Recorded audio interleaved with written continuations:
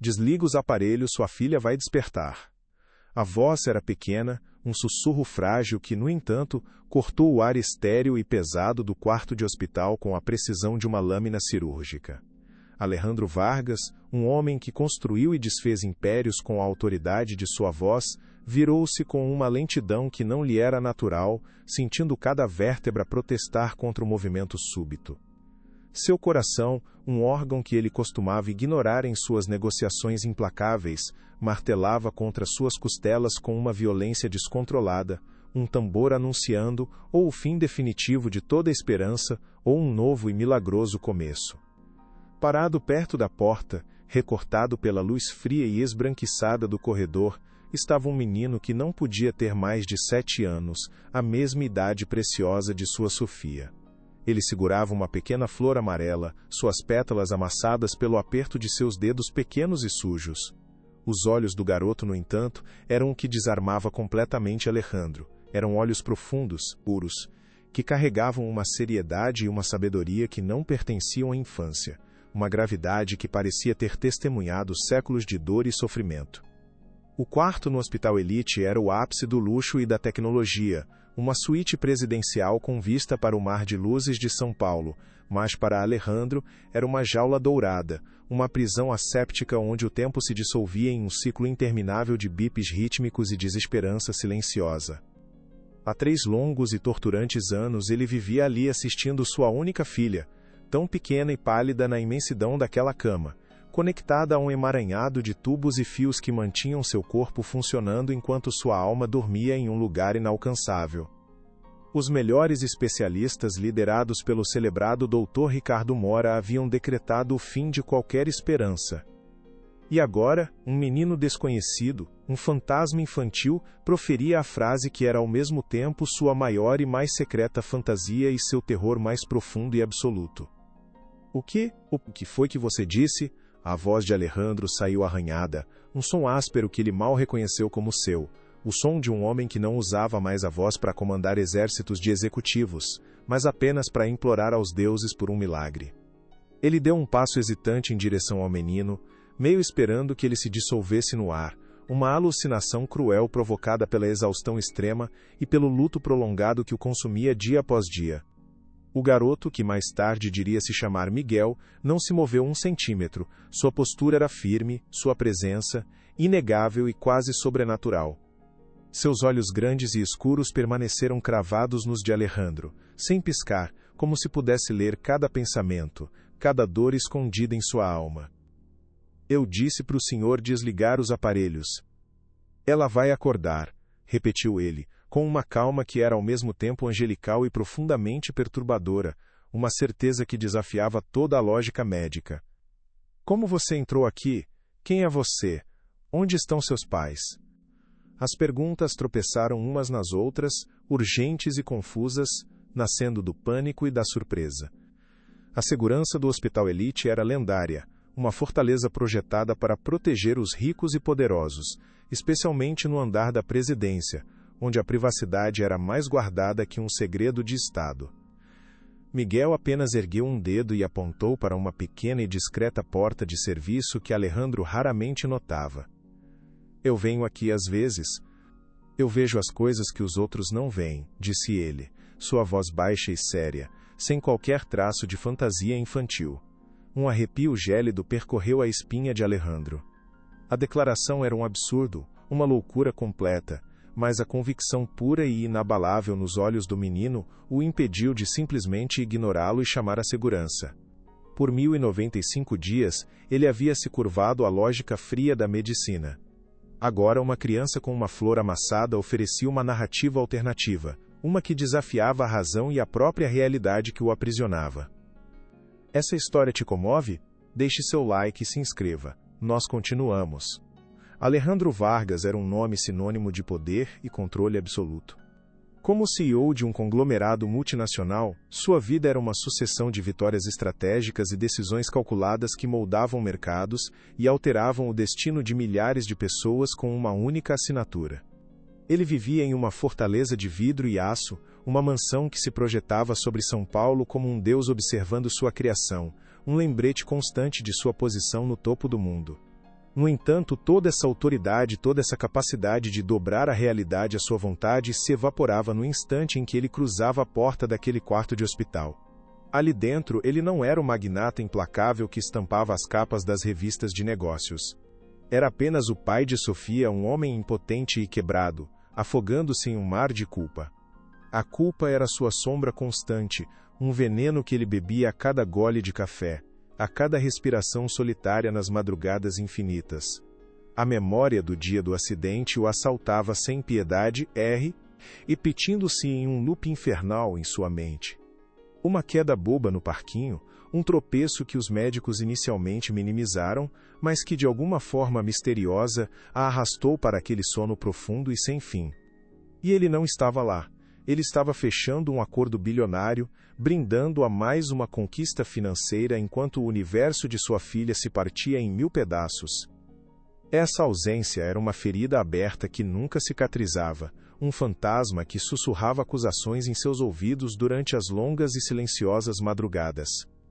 Seu vasto império, capaz de adquirir qualquer coisa que o dinheiro pudesse comprar, era tragicamente inútil para recuperar o bem mais precioso que ele já tivera.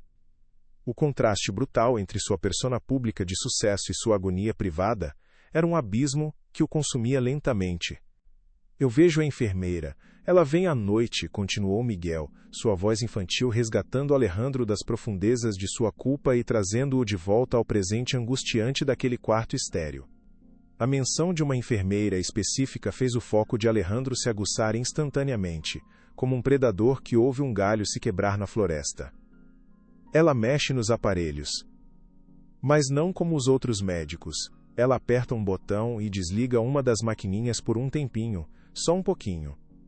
Depois ela liga de novo bem rápido quando acha que ninguém está olhando, e ela sempre fica de olho na porta, com medo que alguém apareça de repente.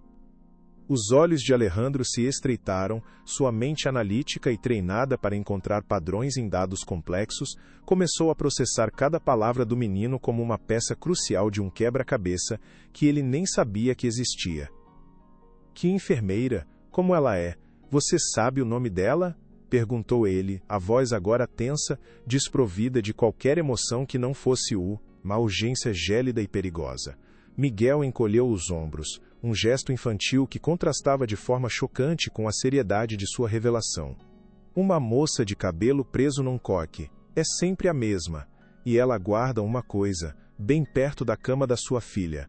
Alejandro sentiu o sangue em suas veias transformar-se em gelo. Ele pagava uma fortuna por uma equipe de enfermagem particular, supostamente a elite da profissão, escolhida a dedo pelo próprio Dr. Mora. A descrição era vaga, mas a segunda parte da frase o atingiu como um soco no estômago. Uma coisa? Que tipo de coisa? Ele insistiu, ajoelhando-se para ficar no mesmo nível do menino, tentando projetar uma calma que era a mais pura e desesperada mentira. Miguel franziu a testa buscando a palavra certa. É algo pequeno, de pano. Ela esconde debaixo do colchão, do lado que fica virado para a parede, onde ninguém olha. Uma semente de dúvida, minúscula e terrível, começou a germinar no solo árido da mente de Alejandro. Ele sempre confiou-se cegamente no Dr. Mora e em sua equipe. Mas o que Miguel descrevia não era um procedimento médico. Era sabotagem. Eu não posso acreditar nisso. Devo estar ficando completamente louco, pensou Alejandro, o conflito interno travando uma batalha feroz e silenciosa em sua mente. A imagem da enfermeira movendo-se furtivamente no escuro, seus dedos ágeis manipulando os equipamentos que mantinham o corpo de Sofia vivo, se repetia em sua cabeça, vívida e aterrorizante como um pesadelo acordado. Ele olhou para o rosto pálido e sereno de sua filha, um anjo adormecido em um pesadelo tecnológico. A ideia de que alguém pudesse estar deliberadamente a prejudicando, prolongando seu sofrimento por algum motivo incompreensível, era uma monstruosidade que sua razão se recusava a aceitar. Contudo, a convicção nos olhos de Miguel era uma força da natureza, inabalável e pura como a luz do sol. O menino não exibia a fantasia de uma criança inventando histórias para chamar a atenção. Ele falava com a simplicidade brutal e factual de quem apenas relata o que viu, sem entender completamente as implicações. Alejandro levantou-se abruptamente, a mente disparando em 1000 direções diferentes, como um computador sobrecarregado. Ele precisava de mais, de algo concreto, de uma peça que pudesse corroborar aquela história fantástica e aterrorizante. Você a viu fazer isso muitas vezes, Miguel? Perguntou ele, lutando para manter a voz estável, para não assustar sua única e preciosa testemunha. O menino assentiu com uma seriedade que partiu o coração de qualquer um. Quase toda noite que eu venho aqui para ver minha avó. Ela sempre espera todo mundo ir embora, quando o corredor fica bem quieto e escuro. O coração de Alejandro batia de forma desordenada contra suas costelas. Por quê? Qual seria o motivo para um ato tão cruel e calculado? Ele varreu o quarto com o olhar, os equipamentos de ponta, as máquinas caríssimas que monitoravam cada sopro de vida. A possibilidade de que esses mesmos instrumentos de salvação estivessem sendo usados como ferramentas de uma tortura silenciosa, abriu um abismo de horror tão profundo que ele temia ser engolido por ele para sempre. Ele se sentia um completo idiota, um tolo manipulado pela dor e pela esperança cega. Por 3 anos, ele havia aceitado cada palavra do Dr. Mora como se fosse a verdade absoluta, vinda de um oráculo da medicina moderna. O médico era uma figura carismática, com uma reputação impecável e uma aura de autoridade que desencorajava qualquer questionamento, por menor que fosse. Ele sempre falava com uma compaixão perfeitamente calibrada, explicando os termos técnicos com uma paciência paternal, mas sempre concluindo com a mesma nota de desesperança resignada e solene. Fizemos tudo o que a ciência moderna permite, Sr. Vargas. O cérebro dela sofreu um dano que infelizmente é irreversível. Agora só nos resta oferecer conforto e esperar o inevitável. Ele dizia, o tom grave, o olhar piedoso, uma performance digna de um grande ator. E Alejandro acreditou em cada palavra. Ele financiou consultores internacionais, aprovou tratamentos experimentais caríssimos e, como agora percebia, completamente inúteis, todos eles recomendados e supervisionados de perto por Mora. Agora, as palavras do médico ecoavam em sua mente com uma ressonância nova e sinistra. Teria sido tudo uma grande e elaborada encenação? Um teatro macabro para mantê-lo dócil, esperançoso o suficiente para continuar assinando os cheques milionários que mantinham o hospital funcionando, mas desesperado bastante para nunca duvidar do prognóstico fatal? Eu fui cego, completamente cego e estúpido, pensou ele, uma onda de raiva e nojo de si mesmo o inundando como uma maré tóxica. Ele, o empresário astuto que conseguia farejar uma proposta ruim a quilômetros de distância, havia sido enganado no negócio mais importante e crucial de sua vida. A vulnerabilidade de sua dor o transformara em um alvo fácil, uma presa para predadores que vestiam jalecos brancos e sorrisos compassivos. Mas essa vulnerabilidade estava se solidificando, se transformando em uma fúria fria e cortante. Eles vão me pagar por isso. Se um pingo disso for verdade, eles vão me pagar muito caro, sussurrou para si mesmo, um juramento silencioso feito ao lado do leito de sua filha, uma promessa que selou seu destino e o deles. Ele se virou para Miguel, que continuava a observá-lo com aqueles olhos que pareciam enxergar sua alma e sentir sua dor. Você precisa ir embora agora, menino, antes que alguém o veja e faça perguntas que você não vai saber responder. Mas preciso que me prometa uma coisa muito importante. Se você vir qualquer outra coisa, qualquer detalhe, não importa quão pequeno, você precisa me encontrar e me contar. Você entende a importância disso? O menino assentiu solenemente, a gravidade da missão refletida em seu rosto jovem e sério. Eu vou, ele prometeu, e Alejandro acreditou nele com cada fibra de seu ser. Com o coração na mão, Alejandro o acompanhou até a porta de serviço, espiando para os 2 lados do corredor deserto, antes de deixá-lo deslizar para fora, como um pecumiesa, no fantasma. Quando a porta se fechou com um clique suave, o silêncio do quarto pareceu ainda mais denso, mas agora era um silêncio diferente. Estava carregado de tensão, de perigo e de uma nova e terrível clareza. Ele não estava mais à deriva em um oceano de tristeza sem fim. Ele tinha um rumo. E, mais importante, ele tinha um inimigo claro. Sua mente, antes enevoada pelo luto, agora operava com a precisão de um laser. Começou a reconstruir cada conversa com o Dr. Mora, cada relatório médico simplificado, cada interação com a equipe de enfermagem. Ele procurava por fissuras na fachada de profissionalismo, por inconsistências, por qualquer coisa fora do lugar. A paranoia e a determinação travavam uma batalha dentro dele. O risco de acusar o hospital mais prestigiado do país sem provas era colossal, mas o risco de não fazer nada era simplesmente impensável. A menção de Miguel sobre a enfermeira esconder algo de pano perto da cama de Sofia acendeu uma memória específica em sua mente. Uma lembrança dolorosa que ele havia enterrado sob camadas de tristeza para poder sobreviver. Era sobre um objeto, um companheiro silencioso e inseparável de Sofia desde que ela era um bebê. Uma simples asterisco boneca ponto de pano, com cabelos de lã vermelha e olhos de botão pretos e desiguais, costurados pela avó com todo o amor do mundo. Sofia a chamava de Nina e a carregava para todos os cantos, suas aventuras imaginárias, sempre incluindo sua fiel amiga. Ela estava abraçada a ela no dia do acidente. Nos primeiros meses no hospital, o objeto permanecia em seus braços, um pequeno e comovente pedaço de seu mundo perdido, um elo com a vida que ela tinha antes. Então, um dia, ele simplesmente sumiu. Ele se lembrava de ter perguntado freneticamente às enfermeiras, que deram de ombros e sugeriram que provavelmente se perdera durante a troca de lençóis, um acidente lamentável no meio da rotina agitada. Ele aceitou a explicação, o coração apertado pela perda de mais um elo tangível com sua filha. Agora, a história de Miguel lançava uma luz sinistra e aterrorizante sobre aquele desaparecimento. E se não tivesse sido um acidente? E se a enfermeira a tivesse escondido deliberadamente? A ideia parecia absurda à primeira vista. Por que alguém esconderia um brinquedo velho e surrado? A menos que não fosse apenas um brinquedo. A menos que a enfermeira, ou quem quer que estivesse por trás dela, não quisesse que sua filha tivesse aquele laço emocional tão forte, algo familiar que pudesse de alguma forma ancorá-la de volta à consciência. Aquele objeto se tornou de repente o epicentro de todas as suas suspeitas. Encontrá-lo não era mais um desejo nostálgico. Era uma necessidade estratégica, uma obsessão. Isso precisa ser um delírio meu. A dor está me enlouquecendo. Não pode ser real, pensou Alejandro, passando as mãos pelo rosto, sentindo a necessidade desesperada de uma segunda opinião, de uma âncora na realidade que ele sentia estar perdendo. A primeira e única pessoa que lhe veio à mente foi Maurício Robles, seu braço direito, seu amigo de infância, o homem que conhecia seus segredos mais profundos e sombrios.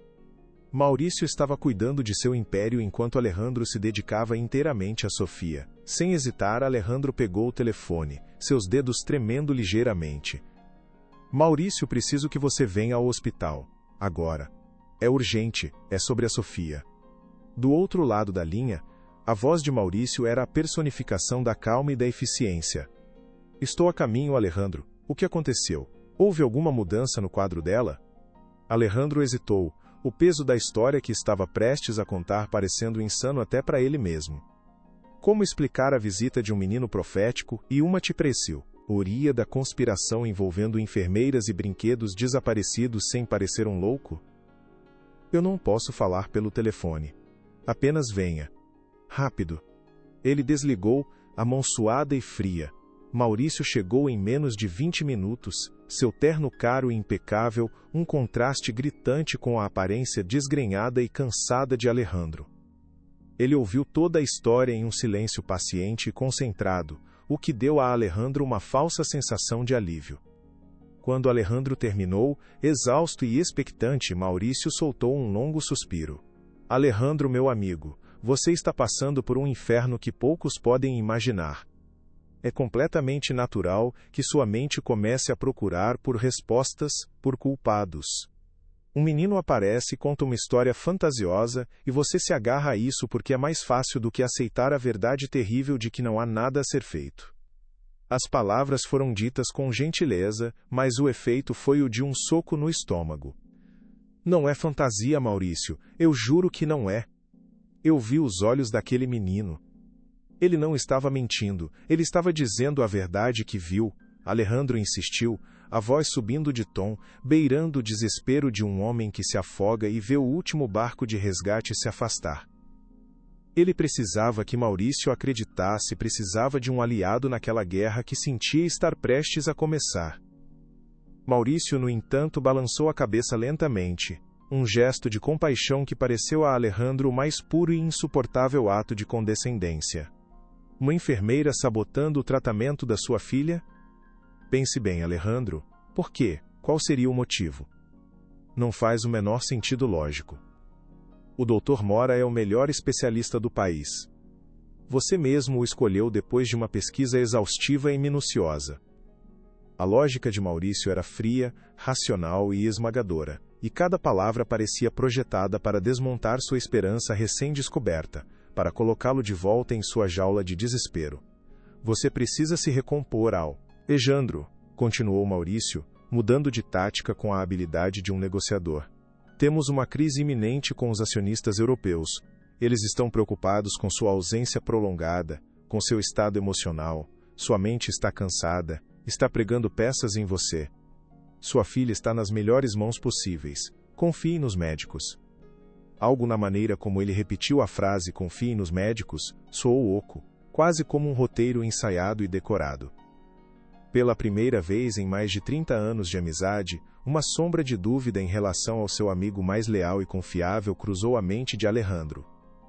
As melhores mãos, repetiu Alejandro, a voz carregada de um sarcasmo amargo, as mãos que não conseguiram trazer minha filha de volta em 3 anos.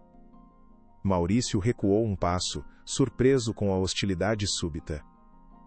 Alejandro, por favor, se acalme, você não está pensando com clareza. Vamos fazer o seguinte, vamos falar com o Dr. Mora juntos. Ele vai te tranquilizar e explicar tudo de novo. A sugestão, a pior coisa que ele poderia ter dito. Naquele momento, Alejandro sentiu uma parede de gelo se erguer entre eles. Ele não acredita em mim. Absolutamente ninguém vai acreditar em mim se eu não tiver provas concretas, pensou Alejandro, enquanto observava Maurício sair do quarto com a desculpa de pegar um café, mas claramente para lhe dar espaço para se acalmar e voltar à razão. O sentimento de isolamento era total e sufocante, como estar enterrado vivo. As palavras de Miguel, a desconfiança súbita em relação a Maurício e a crescente repulsa por Mora criaram uma tempestade perfeita em sua mente. Ele precisava agir, mas com uma cautela extrema, como um animal ferido em território inimigo. Acusar publicamente o hospital e seu médico estrela sem provas concretas seria um suicídio social e profissional. Eles poderiam facilmente alegar que o luto o havia deixado mentalmente instável, e talvez até conseguissem uma ordem judicial para afastá-lo de Sofia, o que seria sua sentença de morte. O primeiro passo era claro, ele precisava de acesso aos registros médicos completos.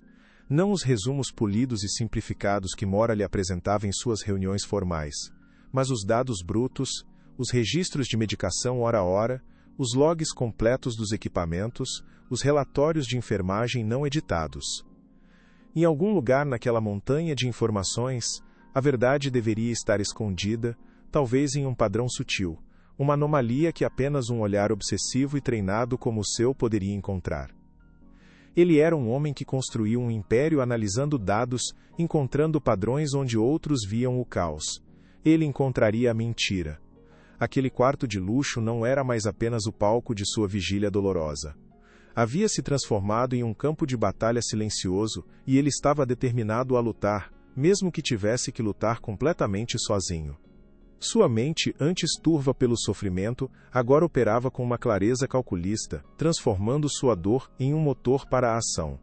A guerra secreta havia começado.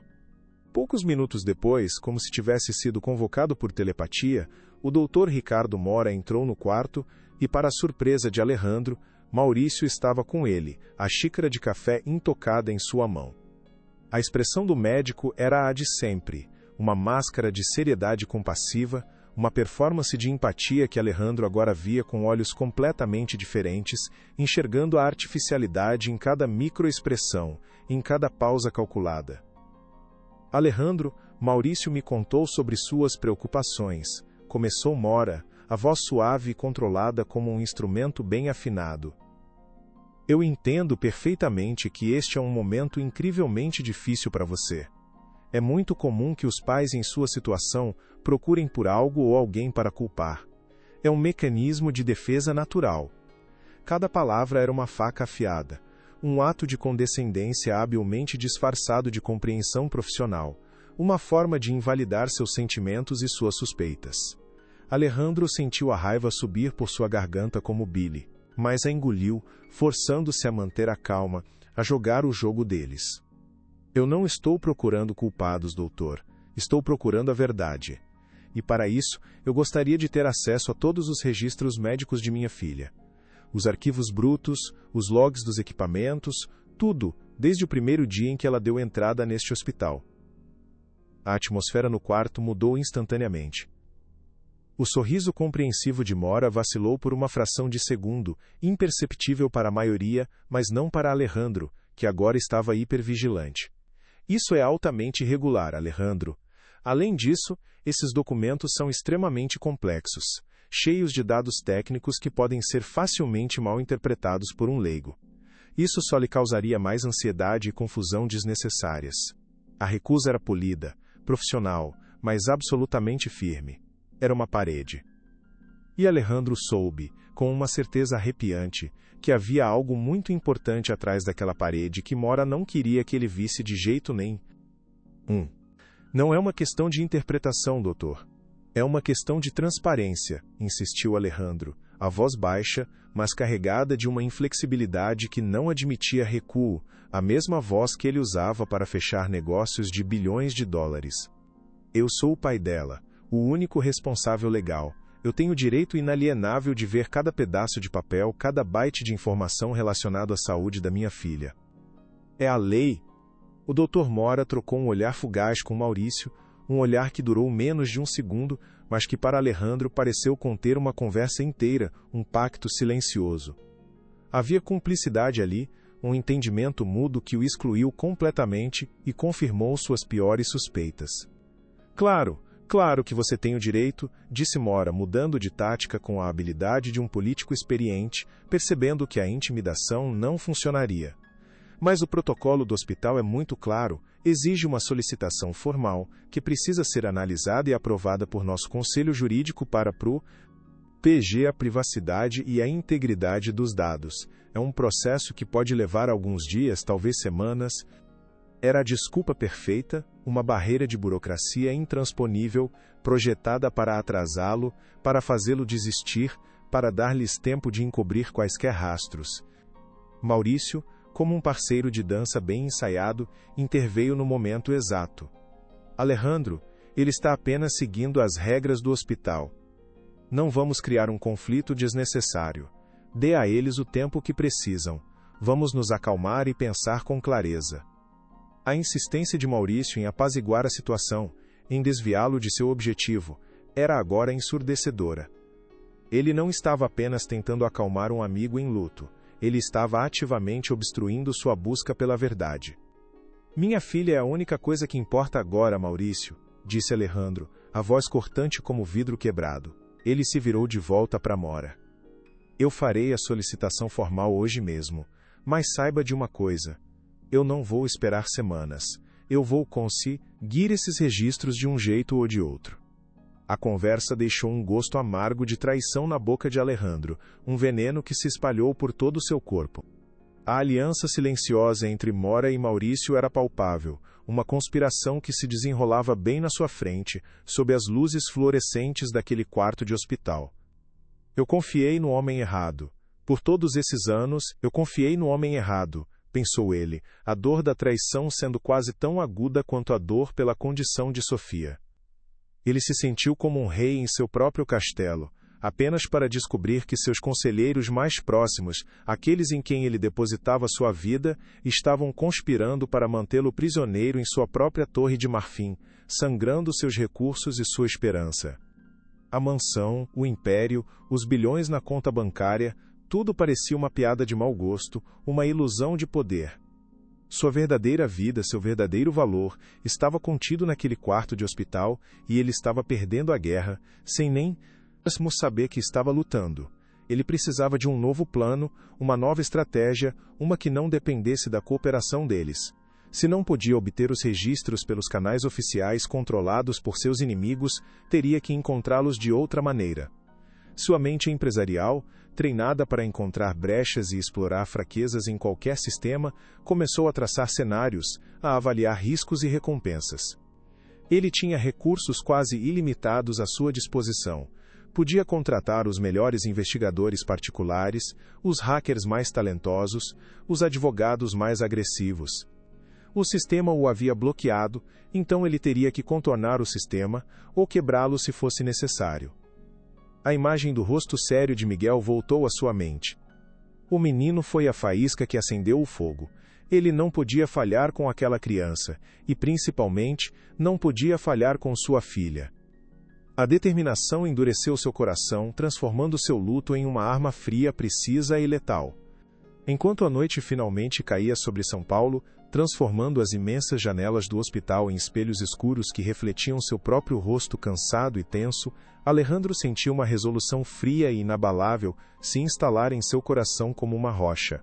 A dor ainda estava lá, uma ferida aberta e pulsante que nunca parava de doer, mas agora estava misturada com um propósito feroz, uma clareza que ele não sentia há anos.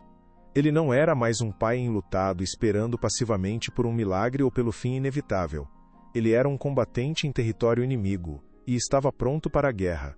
Ele olhou para a cama de Sofia, para o pequeno peito que subia e descia em um ritmo constante, ditado pelas máquinas que ele agora odiava, e fez uma promessa silenciosa, um voto sagrado que ecoou em sua alma. Eu vou te tirar daqui, meu amor, eu juro pela minha vida. Eu vou descobrir a verdade, custe o que custar, e quem fez isso com você vai pagar um preço muito alto. Ele sabia, com total clareza, que... E o caminho à frente seria perigoso e solitário. Mora e Maurício não eram adversários comuns. Eram homens poderosos, bem conectados, que controlavam a narrativa oficial e tinham a opinião pública a seu favor. Para o mundo exterior, para a imprensa, para o conselho de sua própria empresa, Alejandro era apenas um pai rico e desesperado, perdendo o juízo sob o peso da tragédia. Seria a palavra dele, a palavra de um homem instável, contra a de um médico reverenciado e de seu amigo mais confiável.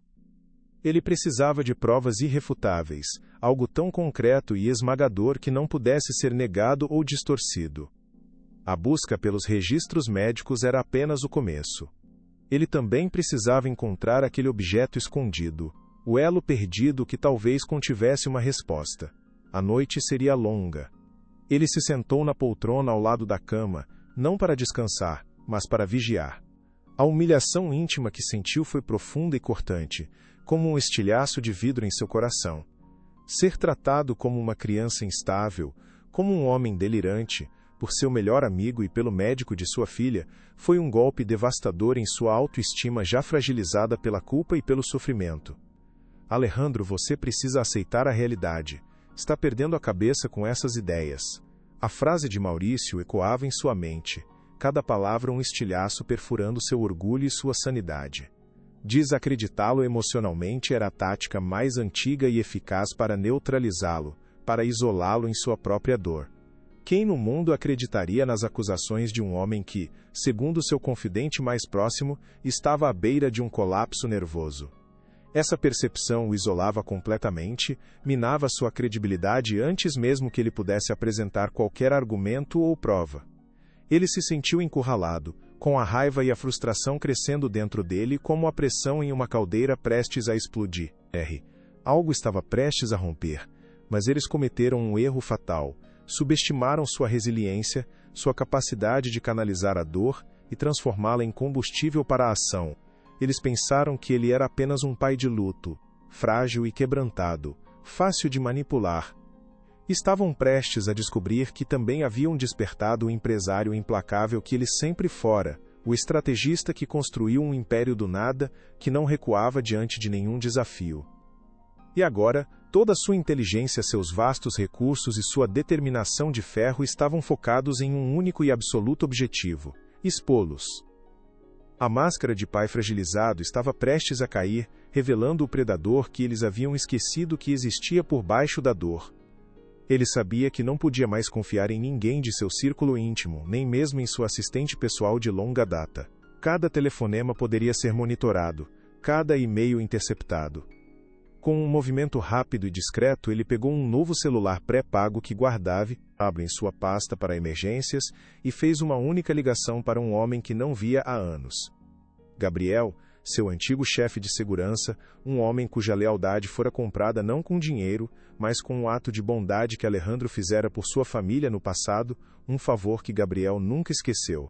Gabriel era discreto, letalmente eficiente e absolutamente leal a ele, um homem das sombras. Gabriel, sou eu, Alejandro Vargas. Preciso de um favor, um grande favor. Não posso dar detalhes pelo telefone, mas envolve a segurança da minha filha e a verdade sobre sua condição. Do outro lado, a voz de Gabriel era grave e firme, sem um pingo de hesitação. Diga o que precisa, Sr. Vargas. Estou à sua disposição, para o que for. O senhor sabe disso. Alejandro sentiu o primeiro vislumbre de alívio em horas, a primeira sensação de não estar completamente sozinho naquela batalha desigual. Preciso de vigilância discreta. Dentro do Hospital Elite. Preciso de acesso aos servidores deles, aos logs da FUTIS da AS, câmeras de segurança e aos arquivos médicos. E preciso que você encontre um menino. Ele descreveu Miguel da melhor forma que pôde, ciente de que era uma pista vaga quase impossível de seguir em uma cidade como São Paulo. Era um tiro no escuro em uma noite de tempestade, mas era o único tiro que ele tinha. A engrenagem de sua contraofensiva estava finalmente começando a girar. Ele não estava mais reagindo aos ataques deles. Ele estava começando a atacar. O jogo havia mudado de tabuleiro, e ele estava determinado a vencer, não importava o custo. Não sei exatamente por onde começar, mas preciso começar por algum lugar, e precisa ser agora, pensou ele, olhando através da janela para a cidade que nunca dormia, um labirinto de luzes e sombras que espelhava a confusão em sua mente. A sensação de impotência que o paralisou por tanto tempo estava sendo substituída por uma adrenalina fria e calculista. Ele era, acima de tudo, um estrategista, e este era o desafio mais complexo e pessoal de sua vida. O primeiro passo seria criar uma distração, uma cortina de fumaça para enganar seus inimigos. Pela manhã, ele ligaria para Maurício. Ele se desculparia por seu comportamento explosivo. Diria que seu amigo estava certo, que o estresse e a falta de sono o estavam afetando profundamente. Ele concordaria em focar novamente nos negócios, em delegar as preocupações com Sofia aos médicos, os especialistas. Isso os faria baixar a guarda, os faria acreditar que sua tática de manipulação psicológica havia funcionado perfeitamente. Enquanto eles e sentissem no controle, relaxados em sua arrogância, Gabriel teria a janela de oportunidade de que precisava para se infiltrar na fortaleza digital e física do hospital e reunir as informações de que ele precisava desesperadamente. Era um risco enorme. Ele teria que mentir para o homem que um dia foi como um irmão, teria que fingir, atuar, manipular. Teria que usar contra Maurício as mesmas armas sujas de manipulação que ele estava usando contra ele. A ideia o enojava profundamente, mas a vida de sua filha dependia de sua capacidade de ser tão frio e calculista quanto seus adversários. A inocência havia acabado. A partir daquele momento, cada gesto, cada palavra, cada suspiro, seria parte de uma estratégia maior. Ele se aproximou silenciosamente da cama de Sofia e pegou sua pequena mão entre as suas. Estava quente ao toque, mas sem vida, sem a resposta familiar do aperto que ele tanto conhecia e sentia falta. Ele se lembrava vividamente de como aquela mão costumava se agarrar à sua com uma força surpreendente, seja no parque, seja atravessando a rua, como se quisesse ter certeza de que ele nunca a soltaria. A dor ameaçou submergi-lo novamente, uma onda gigante de tristeza e saudade, mas ele a empurrou para baixo com uma força de vontade férrea que ele não sabia que possuía. Não havia mais tempo para a fraqueza, não havia espaço para o luto paralisante. De repente, o monitor cardíaco ao lado da cama apitou um pouco mais rápido, a linha verde na tela saltando por um instante antes de voltar ao seu ritmo monótono e constante. Alejandro olhou para a tela, o coração na garganta. Era uma flutuação mínima, algo que qualquer médico descartaria como insignificante, uma anomalia sem importância. Mas ele já tinha visto isso acontecer antes. Às vezes, muito raramente quando ele falava com ela ou tocava sua mão, o monitor reagia, Os médicos diziam que era apenas uma resposta do sistema nervoso autônomo, um reflexo sem consciência por trás. Mas ele se agarrava a esses pequenos picos como um náufrago se agarra a um pedaço de madeira no meio do oceano. Eram a prova para ele de que ela ainda estava ali, em algum lugar profundo, ouvindo, lutando para voltar. Eu estou aqui, minha filha. E eu vou lutar por você, eu prometo. Ele sussurrou, a voz embargada, apertando a mão dela com uma delicadeza infinita. O monitor cardíaco apitou um pouco mais rápido de novo. Para Alejandro, aquilo foi o suficiente. Era um sinal. Era tudo o que ele precisava para seguir em frente. A noite se arrastava, cada segundo esticando-se em uma eternidade opressiva e silenciosa. Alejandro não pregou o olho, transformando-se em uma sentinela ao lado da cama de sua filha, um guardião de seus sonhos roubados. Ele ficou sentado na poltrona desconfortável, observando as sombras dançarem pelo quarto conforme os carros passavam na avenida lá embaixo, sua mente traçando e retraçando planos, analisando cada variável, cada risco. Ele pensou em sua vida antes do acidente, uma vida de luxo, certezas e problemas superficiais. Parecia pertencer a outra pessoa, a um homem ingênuo que acreditava que o mundo operava com regras lógicas e justas. Agora ele sabia a verdade, que as verdadeiras batalhas da vida não eram travadas em salas de reuniões por contratos milionários, mas nos corredores silenciosos de um hospital, no espaço invisível entre as batidas de um coração frágil. Ele olhou para a porta, o coração acelerando a cada som vindo do corredor, esperando ver a maçaneta girar, esperando ver a enfermeira da noite entrar. Ele precisava ver com seus próprios olhos, confirmar a história de Miguel, obter a primeira peça de seu quebra-cabeça. A antecipação era uma mistura nauseante de medo e uma excitação sombria. Se o menino estivesse certo, ele teria a prova inicial de que precisava para queimar o mundo deles até o chão. Se estivesse errado, ele voltaria à estaca zero, perdido em suas próprias teorias paranoicas, talvez realmente louco como Maurício sugerira. Mas a porta permaneceu fechada. A enfermeira do turno da noite chegou, mas não era a mulher que Miguel descreveu. Isso só podia significar uma coisa. A sabotadora vinha em um horário diferente, um horário não oficial, talvez de madrugada, quando todos pensassem que o pai enlutado estava finalmente dormindo. A paciência seria sua maior arma. Ele esperaria. Ele esperaria a noite toda, se fosse preciso. A rotina dupla de Alejandro era uma performance de mestre que consumia cada átomo de sua energia, um teatro doloroso encenado para o mundo. Para Maurício e a equipe médica, ele era a personificação do pai que se rendeu ao inevitável, um homem que passava horas em um silêncio resignado ao lado da cama de sua filha, participando de chamadas de negócios com uma apatia que todos interpretavam como luto profundo e depressão. Essa máscara de aceitação, no entanto, escondia uma tempestade de fúria e uma investigação secreta que se desdobrava a cada momento livre. Foi durante uma dessas atuações que ele decidiu arriscar, plantando uma semente de dúvida na mente de Carla, uma jovem enfermeira cuja compaixão parecia genuína e não ensaiada. Carla, posso te fazer uma pergunta estranha? Ele começou, a voz baixa e carregada de uma tristeza calculada que ele aprendeu a simular. Você se lembra de um brinquedo de pano que a Sofia tinha, com cabelos de lã vermelha? Os olhos da enfermeira se iluminam, com reconhecimento. A Nina! Claro que lembro! Ela não a largava por nada nesse mundo. Uma pena que se perdeu na lavanderia. Alejandro se inclinou, intensificando a confidência. E se eu te dissesse que acho que não se perdeu? E se eu te dissesse que acho que alguém a pegou e escondeu?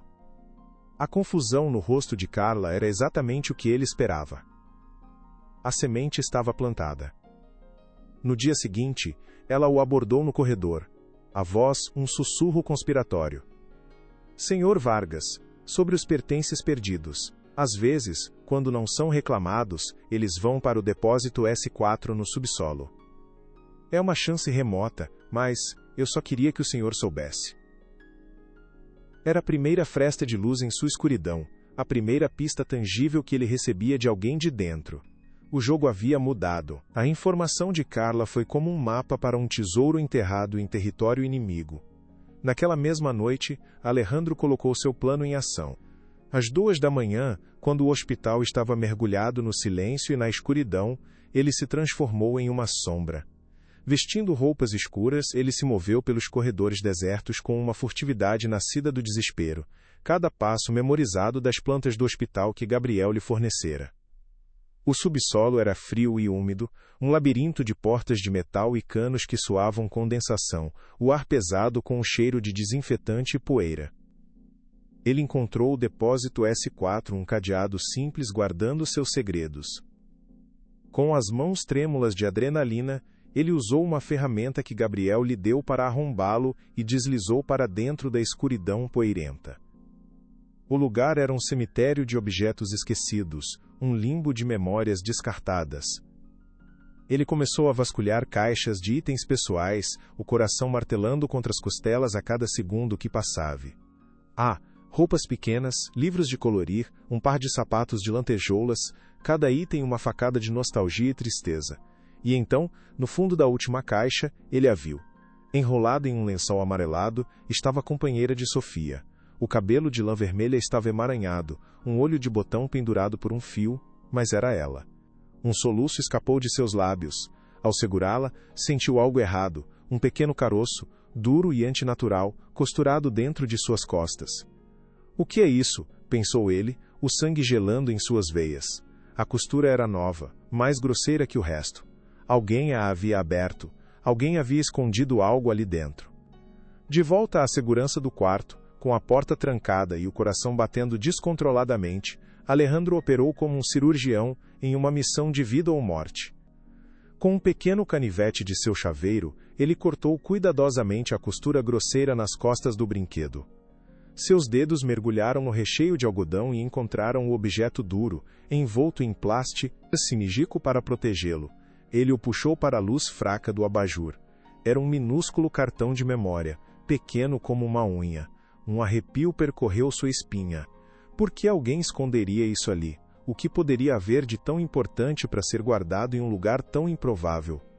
Usando o leitor e o laptop criptografado que Gabriel lhe fornecera, ele acessou o conteúdo. Havia um único arquivo de áudio, com um nome sinistro, Apólice. Ele colocou os fones de ouvido, as mãos tremendo tanto que mal conseguiu apertar o play. A primeira voz que ouviu foi a do Dr. Mora, fria e desprovida de qualquer compaixão. A nova dosagem a mantém exatamente onde queremos, viva, mas inconsciente. Ele nunca vai suspeitar. A dor o deixou cego. Em seguida, a voz de Maurício, seu melhor amigo, seu irmão, soou e o mundo de Alejandro se partiu em 1000 pedaços. Mais alguns anos e teremos desviado o suficiente para desaparecer para sempre. Ele é um tolo apaixonado. A verdade era um veneno que queimava suas entranhas. Eles não estavam apenas sendo negligentes. Eles estavam mantendo Sofia em coma propositalmente, usando-a como uma chave para roubar sua fortuna. A traição era absoluta, a crueldade, inimaginável. Uma fúria primordial, mais quente que o sol inundou sua alma. O pai enlutado morreu naquele instante, e em seu lugar nasceu um vingador. A guerra não estava apenas começando, estava declarada. O Fórum Público de São Paulo era uma imponente catedral de concreto e silêncio tenso, um lugar onde destinos eram meticulosamente selados com o baque seco e definitivo de um malhete de madeira escura. Alejandro Vargas sentia o peso esmagador de cada olhar sobre si, desde os jornalistas famintos por um escândalo que pudesse vender jornais até os advogados de ternos caros e sorrisos calculados que representavam o impenetrável hospital elite. Ele estava sentado ao lado de seu advogado, o Dr. Almeida, mas a sensação de solidão era absoluta, como um gladiador entrando na arena sem escudo ou esperança. Do outro lado da sala, o Dr. Ricardo Mora e Maurício Robles pareciam a personificação da confiança e da indignação justa, um espetáculo de atuação. Eles sussurravam com seu time de defesa, suas posturas relaxadas projetando uma inocência que era uma afronta direta à verdade que queimava como fogo no peito de Alejandro. A juíza, uma mulher de semblante severo e olhos que não perdiam nada, entrou no recinto, e um silêncio sepulcral caiu sobre todos. Este tribunal está em sessão, declarou ela, a voz cortando o ar. Comecemos com a defesa. O advogado principal de Mora, um homem de cabelos grisalhos e um sorriso de tubarão, levantou-se com uma lentidão teatral e cruel. Ele olhou para Alejandro com uma falsa compaixão que revirou seu estômago. Meritíssima, estamos aqui hoje por causa da dor de um pai. Uma dor compreensível, mas que infelizmente o levou a um estado de delírio, resultando em acusações fantasiosas contra profissionais dedicados e honrados. A humilhação começou, precisa e fria, e ele sabia que precisava ser forte. O Sr. Vargas alega uma conspiração complexa, digna de um filme de suspense barato, continuou o advogado de defesa, a voz pingando um sarcasmo ácido que envenenava o ar do tribunal. Ele nos fala de equipamentos sabotados, de registros médicos forjados e de um grande e elaborado esquema para manter sua própria filha em coma. E qual é a base para essas acusações gravíssimas, Meritíssima? A história de um menino de rua que ele mal conhece e um brinquedo perdido, um simples objeto infantil que ele convenientemente encontrou. Ele fez uma pausa dramática, calculada para permitir que o suposto absurdo de suas palavras ecoasse pela sala silenciosa e impregnasse a mente dos jurados. Vários membros do júri trocaram olhares céticos, balançando a cabeça sutilmente em concordância com a narrativa do advogado.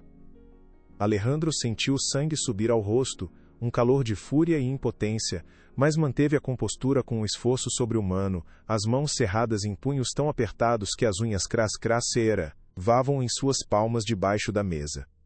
Ele sabia que essa seria a estratégia deles, transformá-lo de vítima em agressor, de pai desesperado em um louco perigoso e instável. A verdade, Meritíssima, é muito mais simples e infinitamente mais trágica. A pequena Sofia Vargas sofreu um dano cerebral catastrófico. O Dr. Mora e sua equipe fizeram tudo o que era humanamente possível. O Sr. Vargas, incapaz de aceitar esta terrível realidade, criou um vilão para poder lutar contra algo, qualquer coisa que não fosse o destino. A narrativa era poderosa. Ele olhou para Maurício, que o encarava com uma expressão de profunda tristeza, uma performance digna de um Oscar. Eu nunca deveria ter confiado nele, nunca, pensou Alejandro, a traição doendo mais do que qualquer acusação. Quando finalmente chegou a vez do Dr. Almeida, ele se levantou com uma calma e uma dignidade que contrastavam brutalmente com a tempestade de mentiras que se formava. Ele começou a apresentar as evidências cruciais que Gabriel, o jovem gênio da tecnologia, havia conseguido extrair dos servidores criptografados do hospital, mostrando os logs detalhados de medicação de Sofia em uma grande tela para todos verem. Meritíssima, se os senhores jurados observarem este gráfico com atenção, verão um padrão profundamente perturbador. Nos dias que antecediam as avaliações neurológicas cruciais, as doses de certos sedativos eram sutilmente, quase imperceptivelmente aumentadas.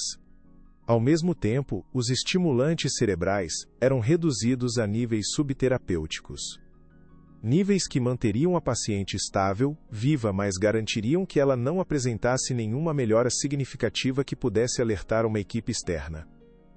Um murmúrio de surpresa percorreu a sala. Parecia uma prova contundente, um vislumbre de esperança na escuridão. Mas a equipe de defesa de Mora estava preparada, como predadores esperando pacientemente o momento certo para atacar sua presa. Um especialista médico renomado, contratado por eles, subiu ao púlpito e, com uma linguagem técnica, confiante e quase indecifrável para os leigos, desmantelou a acusação. Essas flutuações são perfeitamente normais e estão dentro das margens de segurança clínica. Elas refletem ajustes de rotina baseados em dezenas de fatores fisiológicos. É um exemplo clássico de um leigo tentando interpretar dados complexos e chegando a conclusões alarmistas e infundadas. A explicação era plausível, científica, e minou completamente o argumento de Almeida. A juíza franziu a testa, olhando para os gráficos com uma nova e clara dose de ceticismo. A falsa resolução estava se formando diante de seus olhos e o pêndulo da justiça balançava perigosamente na direção de Mora e Maurício, que trocavam sorrisos discretos e vitoriosos. Eles são bons. Eles são muito bons em mentir, em manipular a verdade até ela se parecer com o que eles querem, pensou Alejandro, sentindo um calafrio de puro desespero percorrer sua espinha. A queda de Alejandro pareceu súbita e inevitável. O advogado de Mora, sentindo o cheiro de sangue na água, aproveitou o momento de fraqueza para desferir o golpe final. O senhor Vargas está sendo irresponsável e cruel. Ele está usando seu poder e sua fortuna para arrastar o nome de homens honrados na lama, tudo para evitar lidar com sua própria dor e seu próprio fracasso em aceitar a realidade. A acusação era uma facada no coração. Maurício, vendo sua deixa para a cena final de sua performance, pediu para falar. Com lágrimas falsas brilhando em seus olhos, ele se dirigiu diretamente a Alejandro, sua voz embargada e uma emoção perfeitamente fabricada. Alejandro, meu amigo, meu irmão, por favor pare com isso. Você não está bem, olhe para você. Deixe os médicos cuidarem da Sofia.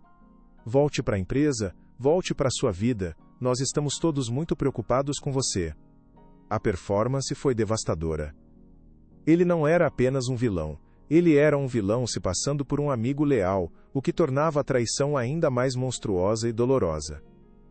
A juíza olhou para Alejandro com uma expressão que misturava pena e uma impaciência crescente. Senhor Vargas, suas evidências são circunstanciais e foram refutadas de forma convincente. Se não tiver nada mais concreto, serei forçada a encerrar esta audiência e indeferir suas acusações. O mais forte ainda está por vir. Fique até o final. O martelo estava prestes a cair, encerrando não apenas o caso, mas todas as suas esperanças. Era o fim. Tudo pelo que ele lutou, todo o risco que correu, estava prestes a se transformar em pó e cinzas, em uma memória amarga. Ele olhou para o rosto presunçoso de Mora e para a falsa tristeza de Maurício, e por um segundo aterrorizante, a dúvida o assaltou com uma força violenta. E se eles estiverem certos? E se eu realmente enlouqueci de dor e estou vendo coisas que não existem? Pensou, o suor frio escorrendo por suas costas, encharcando a gola de sua camisa. Mas então, como uma âncora em meio à tempestade, ele se lembrou dos olhos de Miguel, da convicção pura e inabalável daquele menino que não tinha nada a ganhar e tudo a perder. Ele se lembrou do toque frio e real do cartão de memória em seus dedos, a prova que Maurício havia escondido. Ele não estava louco. Ele não podia estar. Doutor Almeida, sentindo o desespero de seu cliente sabendo que era agora ou nunca, jogou sua última carta, sua voz soando como um trovão inesperado em meio ao silêncio tenso da sala. Meritíssima, temos uma última testemunha. Uma testemunha que não pôde ser intimidada ou comprada. Gostaríamos de chamar ao depoimento Miguel dos Santos. O advogado de defesa saltou da cadeira, a compostura de aço finalmente abalada. Objeção! Quem é esse? O nome dele não está na lista de testemunhas. E ele é apenas uma criança. O testemunho de uma criança não é confiável e não pode ser admitido. A juíza hesitou por um longo momento, o conflito visível em seu rosto, mas a curiosidade e um senso primordial de justiça a fizeram decidir. A objeção é negada. A criança pode se aproximar, vamos ouvi-lo. Algo estava prestes a romper. Miguel entrou no tribunal, uma figura pequena e visivelmente assustada em um ambiente tão grandioso e intimidador, segurando com força a mão de uma assistente social que o acompanhava. Ele estava vestido com roupas limpas e as que Alejandro havia providenciado, mas seus olhos ainda carregavam aquela seriedade profunda de um velho sábio em um corpo de menino, olhos que já tinham visto mais do que a maioria dos adultos naquela sala. Ele se sentou na cadeira de testemunhas que era grande demais para ele, e seus pés balançavam a vários centímetros do chão, um detalhe que ressaltava sua vulnerabilidade. Ele olhou diretamente para Alejandro, que sentia seu coração bater descontroladamente, e deu um pequeno aceno de encorajamento, um gesto de solidariedade, que deu a Alejandro a força que ele precisava para continuar respirando. O advogado de Mora sorriu com um desdém mal disfarçado, claramente certo de que poderia destruir o depoimento de uma criança assustada em questão de segundos. Ele não poderia estar mais enganado. Miguel, começou o Dr. Almeida gentilmente, sua voz calma e paternal, criando uma bolha de segurança ao redor do menino. Você pode nos dizer, com suas próprias palavras, o que via quando visitava a sua avó no hospital durante a noite? Miguel olhou para Mora e para a enfermeira que também estava presente no tribunal, e sua voz, embora baixa, era clara e firme, cortando a tensão da sala como uma lâmina afiada. Eu vi a moça. Ela entrava no quarto da Sofia quando estava tudo escuro, e ela mexia nas maquininhas, sempre depois que o papai dela ia embora para casa. A revelação pairou no ar, simples, direta e devastadora. A primeira rachadura na muralha de mentiras havia finalmente aparecido. Mexia como, Miguel? Você consegue se lembrar de algum detalhe? Perguntou Almeida, mantendo o tom suave e encorajador, como se estivesse conversando com um neto querido em um domingo à tarde. Ela apertava os botões, as luzinhas piscavam diferente depois que ela saía do quarto, e o barulhinho que a máquina faz, o bip-bip, mudava. Ficava mais devagar, mais fraco, quase parando, respondeu o menino, com a simplicidade da verdade que apenas uma criança pode articular, sem adornos ou segundas intenções. O advogado de defesa interveio bruscamente, a voz carregada de uma condescendência que fez o estômago de Alejandro revirar de nojo. Meu jovem, você não acha que pode ter imaginado tudo isso? Hospitais são lugares muito assustadores à noite, não são? As sombras pregam peças em nossos olhos, não é mesmo? Talvez você estivesse apenas com medo e sua imaginação criou tudo isso. Miguel balançou a cabeça com uma firmeza que surpreendeu a todos na sala, seus olhos fixos no advogado. Não ou imaginação. Eu vi, e ela também escondia uma coisa da Sofia, que eu vi o pai dela deixar com ela antes de ir embora. Nesse momento, a atenção de todos na sala, incluindo a da juíza, estava completamente cravada no menino, cada palavra dele pesando toneladas de expectativa e suspense. Que coisa era essa, Miguel? Continuou Almeida, sentindo que estava muito perto da verdade. O brinquedo dela, disse Miguel, apontando com seu dedo pequeno para a mesa de evidências onde alguns pertences de Sofia estavam guardados em sacos plásticos. Ela colocou ele debaixo da cama, bem no cantinho onde ninguém olha. Eu vi ela fazer isso mais de uma vez quando achava que ninguém estava vendo. A enfermeira empalideceu visivelmente, uma gota de suor escorrendo por sua têmpora. Mora e Maurício trocaram um olhar rápido e desesperado, o primeiro sinal claro de pânico em seus rostos antes impecáveis. A história do menino, que a princípio parecia tão fantasiosa e fácil de descartar, estava agora se conectando a um objeto físico, real e presente no tribunal. A narrativa cuidadosamente construída por eles estava começando a ruir, tijolo por tijolo. A porta para a virada no jogo havia sido aberta por uma criança, e o Dr. Almeida estava prestes a arrombá-la com toda a força da verdade. Obrigado, Miguel. Você foi muito, muito corajoso hoje, disse Almeida, com um sorriso genuíno, antes de se virar para a juíza, segurando uma pequena bolsa de evidências que havia sido recolhida do quarto do hospital naquela mesma manhã. Meritíssima, o testemunho de Miguel nos leva diretamente à nossa prova final, uma prova que não pode ser refutada por especialistas ou distorcida por narrativas convenientes. Um murmúrio alto percorreu o tribunal. A equipe de defesa riu abertamente, uma risada nervosa e alta demais, que soava mais como desespero do que como escárnio. Isso é um circo, agora eles vão inte. Errogar um brinquedo? O que vem depois, uma sessão espírita, zombou o advogado de Mora, tentando desesperadamente recuperar o controle da situação. A juíza bateu o malhete com uma força que fez todos se calarem. Silêncio! Doutor Almeida, explique a relevância disso, e seja rápido. Almeida caminhou até a mesa da promotoria, o objeto em suas mãos parecendo sagrado. Ele abriu a bolsa e, com um cuidado reverente, retirou o item que decidiria o destino de todos ali. Era a asterisco bolis de pano, com seus cabelos de lã vermelha e olhos de botão desiguais, um farol de inocência em meio à sordidez e à corrupção daquela sala. Almeida segurou o objeto no alto para que todos pudessem ver, seu tecido gasto e suas cores desbotadas pelo tempo, contando uma história silenciosa de amor e companheirismo. Meritíssima, esta não é apenas uma companheira de infância. Por 3 longos anos, ela foi uma testemunha silenciosa de um crime contínuo. E recentemente, ela se tornou uma cápsula do tempo, uma guardiã da verdade que se recusava a permanecer enterrada. Ele se virou para a enfermeira, que agora tremia incontrolavelmente, o rosto pálido como cera. Foi a senhora que escondeu este objeto, não foi? Sob as ordens expressas do Dr. Mora. Ele temia que qualquer estímulo familiar, qualquer ligação emocional forte como esta, pudesse ajudar Sofia a despertar. Vocês subestimaram o poder da memória e do afeto. Mas vocês cometeram um erro ainda maior. Ele então se virou para Maurício, seus olhos frios como gelo, perfurando a máscara de falsa amizade. E você, Maurício? Você também cometeu um erro fatal.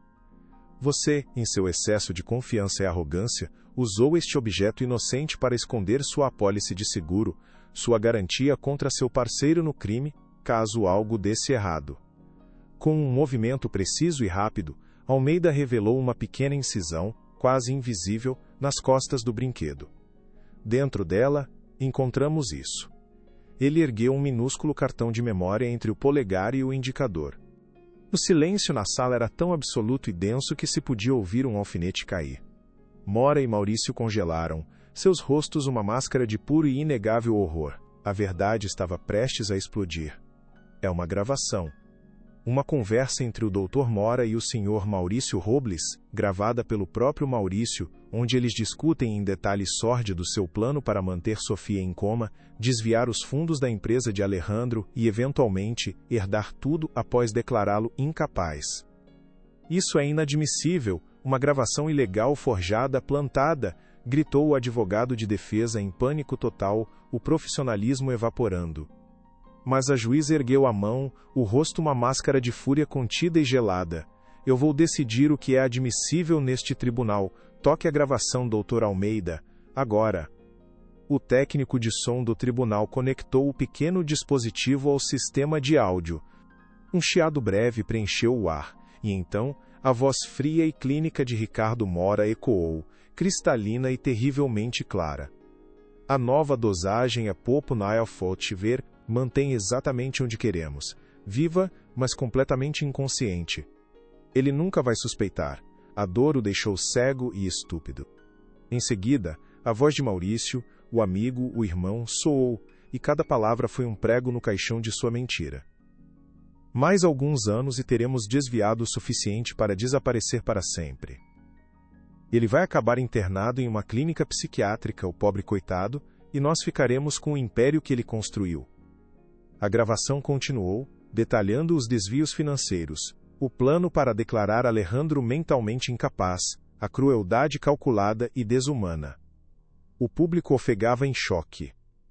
Os jornalistas escreviam freneticamente, tentando capturar cada palavra daquela confissão chocante. A verdade era mais feia do que qualquer um poderia ter imaginado. A máscara de civilidade de Mora e Maurício se desintegrou completamente, revelando os monstros gananciosos e sem alma que se escondiam por baixo. E então, no clímax da gravação, a voz de Maurício disse as palavras que selaram seu destino para sempre. O único risco real é se a garota acordar. Mas com a nossa ajuda, e com os sedativos certos, isso nunca, jamais vai acontecer. Ela vai dormir para sempre. A gravação terminou, deixando um silêncio pesado e acusador no ar, um silêncio mais condenador do que qualquer argumento legal. Naquele exato instante, como se fosse um ato do destino, uma comoção começou na parte de trás do tribunal. Conforme uma ordem judicial anterior para uma avaliação independente por uma equipe médica neutra, uma maca estava sendo trazida para a sala. Nela, pálida e imóvel, vestida com um simples avental de hospital, estava Sofia. A presença dela ali naquele exato momento era uma coincidência tão incrível que parecia uma intervenção divina, a peça final no quebra-cabeça da justiça. A verdade não estava apenas sendo ouvida, estava prestes a ser vista por todos. Todos os olhos se voltaram para a pequena e frágil figura na maca, e o mundo inteiro pareceu prender a respiração coletivamente, esperando pelo impossível, pelo milagre. O momento da verdade absoluta havia finalmente chegado. Alejandro se levantou, o coração uma mistura avassaladora de triunfo e uma dor profunda, e caminhou em direção à sua filha, ignorando completamente o caos que começava a se formar ao redor de Mora e Maurício, que estavam paralisados de choque. Ele ficou ao lado dela, o mundo inteiro desaparecendo, restando apenas os dois. Ele pegou a mão de Sofia, uma mão que ele não sentia apertar a sua há mais de 1000 dias e 1000 noites, uma mão pequena e fria como mármore. Ele se inclinou, as lágrimas que ele segurou por tanto tempo escorrendo livremente por seu rosto, e sussurrou, a voz embargada pela emoção de 3 anos de agonia e esperança solitária. Acabou, meu amor, acabou, o papai está aqui, eu estou aqui, e eu nunca mais vou te deixar. E então, o milagre que ele ousara sonhar, mas que no fundo de sua alma nunca acreditara que veria, aconteceu. Diante de todo o tribunal, das câmeras que agora se viravam para ela, da juíza e do júri atônitos, as pálpebras de Sofia tremeram. Lentamente, mas muito lentamente, como persiana se abrindo para a primeira luz da manhã, após uma noite longa e escura, seus olhos se abriram. Eles buscaram o ambiente confuso por um segundo, piscando contra a luz forte da sala, e então, eles encontraram os de seu pai. O reconhecimento brilhou neles, uma faísca de vida. Uma lágrima solitária escorreu por seu rosto pálido. Com uma voz frágil, um sussurro que soou como a mais alta e bela sinfonia para os ouvidos de Alejandro, ela disse uma única palavra, a palavra que ele mais ansiava ouvir em todo o universo. Papai? Se esta história tocou seu coração, compartilhe para que chegue a mais pessoas. O tempo parou, o ar pareceu ser sugado dos pulmões de todos na sala. A justiça não foi apenas feita, ela foi testemunhada ao vivo. A verdade não apenas veio à tona, ela despertou de um longo e terrível sono. O caos irrompeu no tribunal. A juíza, visivelmente emocionada, mas recuperando a compostura com um esforço tremendo, bateu o malhete com uma força renovada. A raiva justa e fria em sua voz. Ordem! Ordem no tribunal!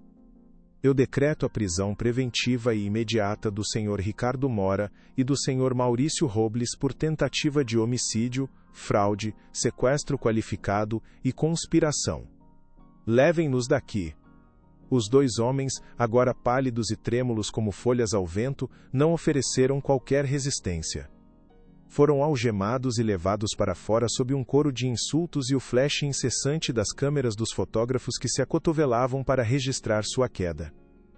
Seus impérios de mentiras e ganância haviam desmoronado em um único instante, com uma única palavra dita por uma criança que eles tentaram silenciar para sempre. A justiça, por vezes lenta e falha, havia sido finalmente e de forma espetacular, servida. O peso do mundo pareceu ter sido tirado dos ombros de Alejandro. Mas Alejandro não viu nada disso. Seu mundo inteiro, seu universo, havia se reduzido ao rosto de sua filha, aos olhos que finalmente o viam de volta, com consciência e amor. Ele, CH, orava abertamente, sem vergonha, as lágrimas de 3 anos de dor, solidão e desespero finalmente se transformando em lágrimas de alívio e alegria pura e avassaladora. Os paramédicos da equipe independente correram para avaliar Sofia, conectando monitores, mas os olhos dela nunca deixaram os de seu pai. Ela estava fraca, confusa, mas estava ali. Estava presente. Estava de volta do abismo. Eu sabia que você estava aí dentro em algum lugar. Ele soluçou, beijando a testa dela repetidamente, sentindo o calor de sua pele. Eu nunca desisti de você, meu amor. Eu nunca desisti. Doutor Almeida, o fiel advogado, colocou uma mão firme em seu ombro, os olhos do velho e experiente homem de leis também marejados de emoção. Você conseguiu, Alejandro. Você conseguiu. Você moveu o céu e a terra por ela, e parece que eles finalmente te ouviram. Miguel, que observava tudo de longe, ao lado da assistente social, sorriu pela primeira vez naquele dia. Era o sorriso de uma criança que tinha visto um milagre acontecer. Um milagre que ele mesmo ajudou a criar com sua coragem e sua verdade inabalável. O sistema não havia vencido, o amor de um pai havia vencido. Alejandro acompanhou a maca de Sofia para fora do tribunal, abrindo caminho por entre a multidão caótica de repórteres que gritavam perguntas, microfones sendo empurrados em seu rosto de todos os lados. Ele não respondeu a nenhuma delas, seu silêncio era mais eloquente do que qualquer palavra. Sua única declaração foi o sorriso radiante em seu rosto, um sorriso que falava de alívio, amor e vitória, e que contava a história inteira mais do que 1000 manchetes poderiam expressar. Ele entrou na ambulância com ela, segurando sua mão com firmeza, nunca mais pretendendo soltá-la. Enquanto o veículo se afastava do fórum, deixando para trás o circo da mídia e a ruína das vidas de seus traidores, ele olhou para sua filha, que o observava com curiosidade. O caminho para a recuperação seria longo e incrivelmente difícil, ele sabia disso. Havia anos de fisioterapia, de reaprendizagem, de cura física e emocional pela frente. Mas nada disso importava naquele momento. O que importava era que ela tinha um caminho. Ela tinha um futuro. Eles tinham um futuro juntos, e era tudo o que ele sempre quis, tudo pelo que havia lutado. Ele não era mais apenas um empresário poderoso e temido. Ele era, acima de tudo, um pai que havia resgatado sua filha das garras da morte e da ganância. "O que aconteceu, papai?" ela perguntou, a voz ainda um fio quase inaudível, fraca pelo longo desuso, mas a música mais doce que ele já ouvira. "Onde eu estava? Parece que eu dormi por muito, muito tempo." Alejandro engoliu um nó que se formou em sua garganta, tentando encontrar as palavras certas para explicar um pesadelo sem assustá-la. "Você estava dormindo, meu anjo. Um sono muito, muito longo. Mas agora você acordou. E o mais importante é que eu estou aqui. E eu sempre estarei aqui para você, não importa o que aconteça, nunca se esqueça disso." Ele olhou pela janela traseira da ambulância e viu a cidade de São Paulo passar, as luzes dos arranha-céus não mais parecendo uma jaula dourada de solidão, mas um vasto campo de possibilidades infinitas e de recomeços. A batalha mais difícil e dolorosa de sua vida havia terminado, e ele havia vencido contra todas as probabilidades, contra toda a lógica. A verdadeira reconstrução, a de sua família, a de suas vidas fragmentadas, estava apenas começando naquele exato momento, com o som suave da sirene abrindo caminho para o futuro deles. Eles estavam finalmente livres, estavam finalmente juntos. A escuridão, por fim, havia ficado para trás. A repercussão do caso foi sísmica, abalando os alicerces da comunidade médica e empresarial de São Paulo e do país. A história de Alejandro e Sofia dominou os noticiários por semanas a fio, uma saga moderna de traição, ganância desmedida e, finalmente, de um amor paternal que se recusou a ser derrotado ou silenciado. O Hospital Elite entrou em colapso sob o peso do escândalo, sendo posteriormente reestruturado sob nova administração e rebatizado para apagar a mancha de sua história. Mora e Maurício foram condenados a décadas de prisão em regime fechado, suas fortunas confiscadas e suas reputações irremediavelmente destruídas, transformados em símbolos da corrupção. A enfermeira, em troca de um acordo de delação premiada, recebeu uma sentença menor, mas perdeu sua licença para sempre. Ao público, a história se tornou um poderoso símbolo de esperança, um lembrete de que mesmo nas circunstâncias mais sombrias e desiguais, a verdade podia prevalecer contra o poder e o dinheiro. Alejandro, antes uma figura de poder distante e intocável, tornou-se um herói relutante, um pai que enfrentou o sistema e venceu. Ele percebeu que sua luta não era apenas por Sofia, era por todos que já se sentiram impotentes diante da injustiça. Ele tinha uma nova e clara missão em sua vida, um propósito que transcendia qualquer negócio ou fortuna. A mansão Vargas, antes um mausoléu silencioso de luto, culpa e memórias dolorosas, voltou a ter vida e cor. O som mais doce do mundo para Alejandro era o som da risada de Sofia ecoando pelos corredores antes vazios, preenchendo cada canto com alegria. A recuperação dela foi um processo lento, árduo, mas constante e cheio de pequenas vitórias. A cada novo passo que ela dava com a ajuda dos fisioterapeutas, a cada palavra que reaprendia, era um triunfo, o celebrado como a maior das conquistas. Ele se afastou completamente da gestão diária de seu império, delegando as responsabilidades para uma nova equipe de sua mais absoluta confiança. Sua prioridade absoluta e inegociável era sua filha. Eles passavam as tardes no jardim lendo histórias, jogando, simplesmente recuperando o tempo precioso que lhes foi roubado. "Eu fui um tolo por tanto tempo", pensou ele um dia, enquanto a observava tentar pegar uma borboleta. "Eu passei a vida construindo um império de coisas, de dinheiro, de poder. Mas o único império que realmente importa é este. É ela."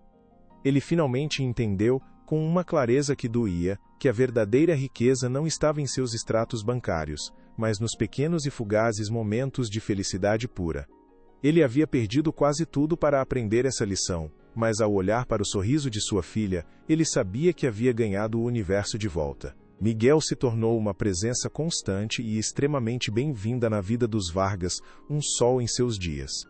Alejandro o acolheu, não como um projeto de caridade para aliviar sua consciência, mas como um verdadeiro membro da família, o pequeno anjo da guarda que havia salvado a ambos com sua coragem. Ele garantiu que Miguel e sua avó tivessem tudo o que precisavam e muito mais: uma casa confortável e segura, os melhores cuidados médicos e, o mais importante, uma oportunidade real de futuro. Miguel foi matriculado na melhor escola da cidade, e sua inteligência e compaixão natural floresceram em um ambiente de apoio e amor. Ele e Sofia se tornaram amigos inseparáveis, um vínculo profundo forjado nas circunstâncias mais extraordinárias e improváveis. "Você é meu herói, sabia?", disse Sofia a Miguel um dia, enquanto faziam um castelo de areia no jardim. Miguel corou, envergonhado. "Você que é a heroína, você acordou." Alejandro, observando-os de longe, com o coração transbordando de um sentim, ento que ele mal conseguia nomear, sorriu.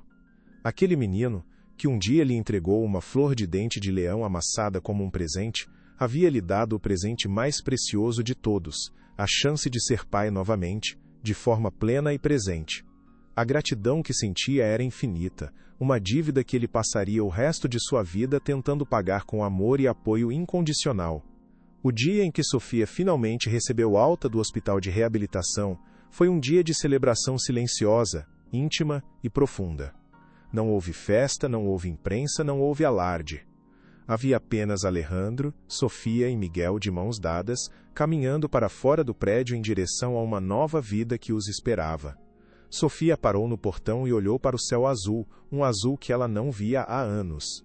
Ela respirou fundo, o ar fresco e limpo enchendo seus pulmões, um ato tão simples e tão milagroso. "O ar tem cheiro de liberdade, papai", disse ela, com um sorriso que iluminou o mundo inteiro de Alejandro. Naquele momento, ele soube, com uma certeza absoluta que aqueceu sua alma, que tudo ficaria bem. A jornada deles havia sido uma descida ao inferno, uma provação de fogo, mas eles emergiram do outro lado, mais fortes, mais unidos e com uma clareza de propósito que poucos encontram em uma vida inteira. "Sim, meu amor, tem cheiro de liberdade", respondeu ele, apertando a mão dela com força, sentindo o calor da vida em seus dedos. O futuro era uma página em branco, pronta para ser escrita com novas cores. E pela primeira vez em muito, muito tempo, Alejandro Vargas não tinha o menor medo do que viria a seguir. Ele tinha sua filha ao seu lado. Ele tinha tudo. A reparação, no entanto, não estaria completa apenas com a punição dos culpados. Alejandro sentia uma necessidade visceral, uma obrigação moral de criar algo positivo a partir daquela tragédia imensa, de transformar a dor que quase o consumiu em um legado duradouro de esperança e mudança sistêmica. Não basta punir os monstros, pensou ele uma noite enquanto velava o sono de Sofia. É preciso construir um mundo onde eles não possam mais se criar. Com essa resolução queimando em sua alma, ele liquidou uma parte substancial de suas ações na empresa, reunindo uma fortuna que seria o alicerce de seu novo e grandioso propósito. Ele não queria mais construir prédios, mas sim futuros. Não queria mais acumular capital, mas sim espalhar esperança. Sua dor pessoal se transformaria em um bem coletivo, um escudo para proteger outras famílias do sofrimento que a sua enfrentou.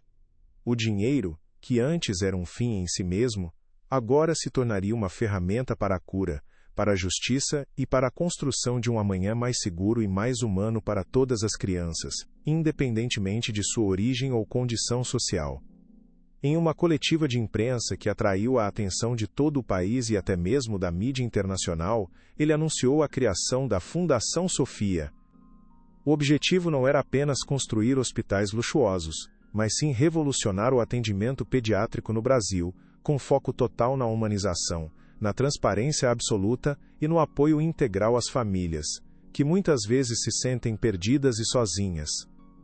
Nenhuma criança deveria ser vista como um número em um prontuário ou uma fonte de lucro.